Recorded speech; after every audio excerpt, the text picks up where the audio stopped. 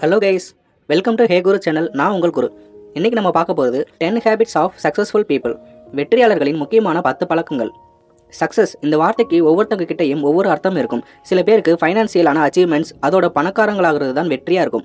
இன்னும் சிலருக்கு ஸ்போர்ட்ஸ்மேன் ஆகி நிறைய ட்ராஃபி மெடல்ஸ் வின் பண்ணி சாம்பியன் ஆகிறது தான் சக்ஸஸாக இருக்கலாம். சிலருக்கு பெரிய பெரிய கனவுகள் இருக்கும். அந்த கனவுகளில் ஜெயிக்கிறது மட்டும்தான் அவங்களோட சக்ஸஸாக இருக்கும். சக்ஸஸ்க்கு ஒரு பெரிய சுதந்திரம் இருக்குது. அது அவங்களோட போக்கில் அவங்கள போக விடும். உங்களோட பார்வையில் சக்ஸஸ்னா என்ன, நம்ம சக்ஸஸ் பண்ணணும்னா நமக்கு தேவையான பழக்க வழக்கங்கள் என்ன, சக்ஸஸ்ஃபுல் பர்சன்ஸ் எல்லாருமே கடைபிடிக்கிற 10 ஹேபிட்ஸ் என்னென்னு தான் இந்த வீடியோவில் நம்ம பார்க்க போகிறோம். நீங்கள் இப்போ தான் முதல் தடவை நம்ம வீடியோ பார்க்குறீங்கன்னா நம்ம சேனலை சப்ஸ்கிரைப் பண்ணி வச்சுக்கோங்க. ஏன்னா 90% மக்கள் நம்ம சேனலை சப்ஸ்கிரைப் பண்ணாமே பார்த்துட்டு இருக்கீங்க. நம்பர் 1, செட் கோல்ஸ், இலக்குகளை அமைத்தல். நம்ம எந்த ஒரு விஷயத்திலையும் சக்ஸஸ் பண்ணணும் அப்படின்னா கோல் அப்படிங்கிறது ரொம்ப முக்கியம். இந்த கோல் இல்லாமல் வாழ்க்கையில் சாதிச்சவங்க யாருமே கிடையாது. நம்மளோட கிளியர் டார்கெட் என்ன, எதை நோக்கி நம்ம போகிறோம், எதுக்காக நம்ம உழைக்கணும், எதுக்காக நம்ம எஃபர்ட்டை போடணும்னு நமக்கு தெரிஞ்சாதான் நம்மளால் ஈஸியாக சக்ஸஸ் பண்ண முடியும். நமக்கு எந்த விஷயம் குறிப்பாக தேவைன்னு நம்ம முதல்ல முடிவு பண்ணணும். நாம் ஒரு ஊருக்கு போகிறோம் அப்படின்னா எந்த ஊருக்கு போகிறோன்னு முடிவு பண்ணிட்டு தான் கிளம்புவோம். அப்போ தான் அதுக்கான பஸ்ஸில் ஏறி அந்த ஊருக்கு நம்ம போய் சேர முடியும். அதை விட்டுட்டு எங்கே போகிறதுன்னு முடிவு பண்ணாமல் போனோம்னா எந்த வழியில் எந்த பஸ்ஸில் போகிறதுன்னு நமக்கு தெரியாது இல்லையா? அதே மாதிரி தான் நம்மளோட வாழ்க்கையிலையும் நம்ம எதுக்காக உழைக்கிறோம்னு நம்ம தெளிவாக தெரிஞ்சுக்கணும். நம்ம என்ன செய்ய போகிறோம் அப்படிங்கிறதுக்கான ஒரு பிளான் நம்மக்கிட்ட இருக்கணும்.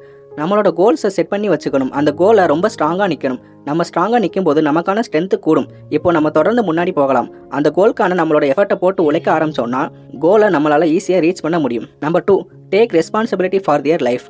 நம்ம வாழ்க்கைக்கான பொறுப்பை நம்ம தான் ஏற்றுக்கணும். சக்ஸஸ் பண்ணின எல்லோருமே அவங்களோட வெற்றியாக இருந்தாலும் சரி, தோல்வியாக இருந்தாலும் சரி, அதுக்கு அவங்களே முழு பொறுப்பையும் ஏற்றுக்குவாங்க. இது அவங்களோட வெற்றிக்கு ஒரு மிகப்பெரிய காரணம். நம்மள நிறைய பேருக்கு ஒரு கெட்ட பழக்கம் இருக்கும். நம்ம ஜெயிச்சுட்டா அதுக்கான பொறுப்பையும் அதில் கிடைக்கிற பேர் புகழையும் ஏற்றுக்குவோம். அதே அந்த விஷயத்தில் தோத்துட்டோம்னா எப்படியாவது அந்த பொறுப்பை இன்னொருத்தவங்க தலையில் கட்டிட்டு நம்ம தப்பிச்சு போக பார்ப்போம். இது ரொம்பவே மோசமான ஒரு கெட்ட பழக்கம்.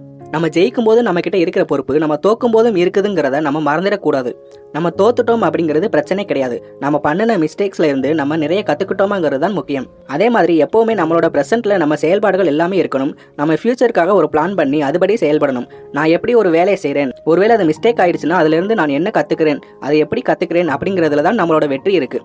என்றைக்குமே நம்ம பாஸ்ட்டில் வாழக்கூடாது. ஃபியூச்சரில் ஃபோக்கஸ் பண்ணி நம்ம முடிவுகளை எடுக்கணும். அதுபடி தான் நம்மளோட வாழ்க்கையும் அமையும். நம்பர் 3, கிரேட் செல்ஃப் டிசிப்ளின், சிறந்த சுய ஒழுக்கம் வேண்டும். நம்மளோட மிகப்பெரிய பலமே இந்த டிசிப்ளின் தான். ஒவ்வொருத்தரோட வாழ்க்கையிலையும் டிசிப்ளின் அப்படிங்கிறது தான் நமக்கு முக்கியம். நம்ம சக்ஸஸ் அப்படிங்கிறது கூட 2ஆம் பட்சம் தான். ஒழுக்கம் மட்டும் இருந்துச்சுன்னா நமக்கான வெற்றி நம்மளை தேடி வரும். நம்ம வீட்டில இருந்து வேலை பார்த்தோம்னா நம்மளுக்கு நிறைய கவனச்சிதறல்கள் வரும். நம்ம ஒழுக்கம் தவறதுக்கான வாய்ப்புகளும் அதிகமாக இருக்கு. நம்ம வேலை பார்த்துட்டு இருக்கும்போது திடீர்னு சோசியல் மீடியா யூஸ் பண்ணிக்கிட்டே தேவையில்லாமல் நம்ம கவனத்தை திசை திருப்பிக்கிட்டு இருப்போம். இதில் நம்மளோட பொன்னான நேரத்தையும் வீணாக்குறோம். இது எல்லாம் நம்ம ஃபியூச்சருக்கு எந்த வகையில் பயன்படும்னு நீங்கள் யோசிச்சு பாருங்க. இந்த மாதிரி தேவையில்லாத செயலையும் ஒழுக்கமில்லாத செயல்களையும் கைவிட்டுடுங்க. உங்களுக்கான கோலை கிரியேட் பண்ணுங்க. அதுதான் உங்கள் லைஃபை மீனிங்ஃபுல்லாக மாற்றும். உங்களுக்கான கோலை ஸ்ட்ராங்காக இருந்ததுன்னா உங்களுக்கு கவனக்குறைவும் இருக்காது, உங்கள் ஒழுக்கமும் அதிகமாகும். Number 4, self development. நம்ம வாழ்க்கையில் சக்ஸஸ் பண்ணணும் அப்படின்னு நினைக்கும் போது நம்மளை முதல்ல ஸ்ட்ராங்காக வச்சுக்கணும். நம்மளை பவர்ஃபுல் மேனாக நம்மளே பில்ட் பண்ணிக்கணும். உங்களுக்காக முதல்ல உழைக்க ஆரம்பிக்கணும். உங்களோட செயல்களில் உங்களுக்கே திருப்தி இல்லை அப்படின்னா அதில் திருப்தி வர மாதிரி நம்மளோட செயல்களை செய்யணும். நம்ம லெவலை க்ரோத் பண்ணிக்கிட்டே இருக்கணும். அதே மாதிரி நிறைய புது புது விஷயங்கள் கற்றுக்கணும். நம்ம மைண்டை டெவலப் பண்ணணும். நம்ம ஏர்ன் பண்ணுறதை விட லேர்ன் பண்ணுறது தான் ரொம்ப முக்கியம். நம்ம வாழ்க்கைக்கு அதுதான் ரொம்ப பெருசாக உதவி பண்ணணும். Number 5, they read a lot. அவர்கள் எல்லோரும் நிறைய படிக்கிறார்கள். பெரிய அளவில் சக்ஸஸ் பண்ணின எல்லோருக்குமே புக் ரீடிங் ஹேபிட் கண்டிப்பாக இருக்கும். அதுதான் அவங்களுக்கான நிறைய விஷயங்களை கற்றுக் கொடுத்து அவங்களுக்கான வெற்றிக்கான பாதையை தேடி கொடுத்துருக்கும். ஆனால் இன்றைக்கி சூழ்நிலையில் நம்மளுக்கு ரீடிங் ஹேபிட் ரொம்ப ரொம்ப குறைஞ்சி போச்சு. நம்ம யாரும் ரீட் பண்ணுறதே கிடையாது. நம்ம ஒரு 2 நிமிஷம் தனியாக இருந்தால் கூட நமக்கு போர் அடிக்குது. ஃபோனை எடுத்து யூஸ் பண்ண ஆரம்பிச்சிடுறோம். இந்த மாடர்ன் வேர்ல்டு நம்மளை செல்ஃபோனுக்கு அடிமையாகித்தான் வச்சிருக்கு. பெரிய வெற்றியாளர்கள் எப்போதுமே தனியாக இருந்தால் ரொம்ப சந்தோஷப்படுவாங்க. தனியாக இருக்கும்போது ரொம்ப அமைதியான சூழ்நிலை இருக்கும். அது புக்கை ரீடிங் பண்ணுறதுக்கு ஒரு பெஸ்ட் ஆப்பர்ச்சுனிட்டி. அதை அவங்க பயன்படுத்திக்குவாங்க. அந்த நேரத்தில் நிறைய புத்தகங்கள் வாசிப்பாங்க. புத்தகம் படிக்கிறதுனால நமக்கு நிறைய பெனிஃபிட்ஸ் இருக்குது. நம்மளால் புது புது விஷயங்களை தெரிஞ்சுக்க முடியும். இந்த உலகம் முழுக்க சுற்றி வரணும்னா புத்தகங்களை படிக்கணும்னு சொல்லுவாங்க. புத்தகம் படித்தாலே நம்மளால் எல்லா விஷயத்தையும் தெரிஞ்சுக்க முடியும். இது நமக்கு ஒரு புது பலத்தையும் கொடுக்கும். உங்களுக்கும் புத்தகம் படிக்கிற பழக்கம் இல்லைன்னா ஆடியோ புக்ஸை கேளுங்க. அது மூலமாக நீங்கள் புத்தகம் படித்த உணர்வை பெற முடியும். Number 6, the manage their time well. தங்களோட நேரத்தை நல்லாவே நிர்வகிக்கணும். வாழ்க்கையில் எந்த ஒரு விஷயத்துக்கும் டைம் மேனேஜ்மெண்ட் ரொம்ப ரொம்ப முக்கியம். அதுவும் நம்ம சக்ஸஸ் பண்ணணும் அப்படின்னு நினைக்கும் போது அது நம்மளோட அடிப்படை தேவையாக மாறிடுது. நம்மளோட டைமை கீப் அப் பண்ண கற்றுக்கணும். இது மூலமாக நம்ம மேலே மற்றவங்களுக்கு ஒரு நல்ல இம்ப்ரெஷன் வரும். நமக்கு நம்ம மேலே ஒரு மதிப்பு உண்டாகும். நம்ம செய்கிற எல்லா வேலைக்கு முன்னாடியும் அதுக்காக பிளான் பண்ணி வச்சு அதுபடி நம்ம வேலைகளை செஞ்சோம்னா டைமை அதிகமாக சேவ் பண்ண முடியும். இந்த வேலையை எப்படி செய்யணும், எந்த வேலையை அடுத்ததாக செய்யணும்னு நமக்குள்ளே ஒரு பிளான் வச்சுருக்கும் போது டைம் மேனேஜ்மெண்ட்டை ஈஸியாக ஃபாலோ பண்ண முடியும். டைமை மேனேஜ் பண்ணினாலே நம்மளால் சீக்கிரமாக சக்ஸஸ் பண்ண முடியும். Number 7, take risk. அதிகமாகவே ரிஸ்க் எடுங்க. நம்ம ஒரு விஷயத்தில் வெற்றி அடையணும்னா அதில் ஏகப்பட்ட ரிஸ்க் இருக்கும்.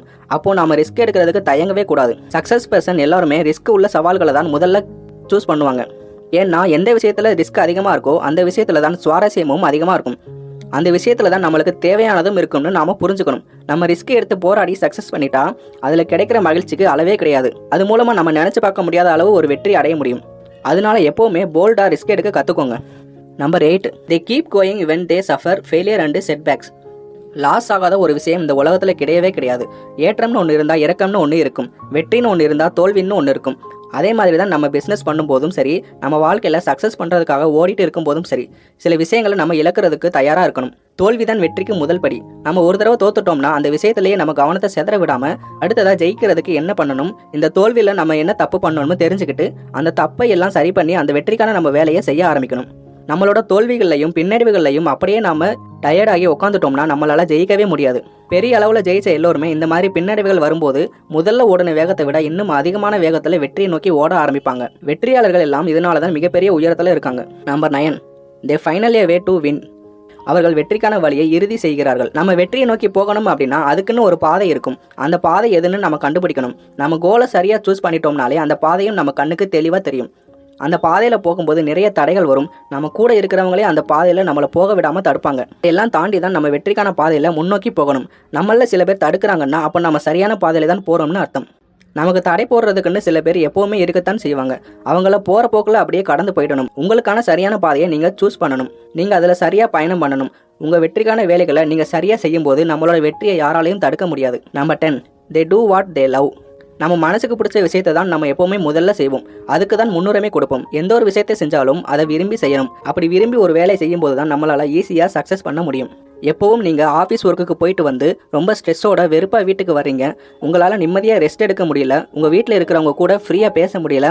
ஒரே ஸ்ட்ரெஸ்ஸாக இருக்குது அப்படின்னா நீங்கள் அந்த வேலையை லவ்வோட செய்யலைன்னு அர்த்தம். இப்படி நீங்கள் இருந்தீங்கன்னா உங்கள் லைஃப்லையும் லவ் இல்லாமல் உங்கள் லைஃபை வேஸ்ட்டாக போயிடும்.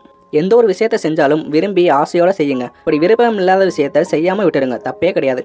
இந்த மாதிரி ஒவ்வொரு வேலையும் நம்ம விரும்பி பண்ணும்போது நமக்கான சக்ஸஸ் சீக்கிரமாகவே கிடைக்கும். சக்ஸஸ்ஃபுல் பர்சன் எல்லோருமே இதை ஸ்ட்ரிக்டாக ஃபாலோ பண்ணுவாங்க. நீங்களும் இதை கற்றுக்கோங்க. இந்த வீடியோ பிடிச்சிருந்தா லைக் பண்ணிடுங்க. மறக்காமல் நம்ம சேனலை சப்ஸ்கிரைப் பண்ணி வச்சுக்கோங்க. மீண்டும் அடுத்த வீடியோவில் சந்திப்போம். பாய்.